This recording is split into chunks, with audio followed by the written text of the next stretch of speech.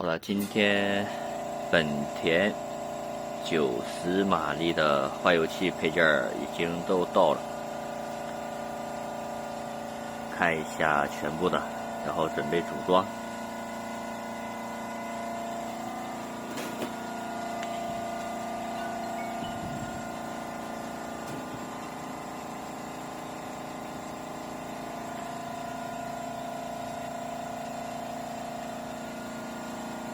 然后在组装化油器之前，把这2个阳极把它装上。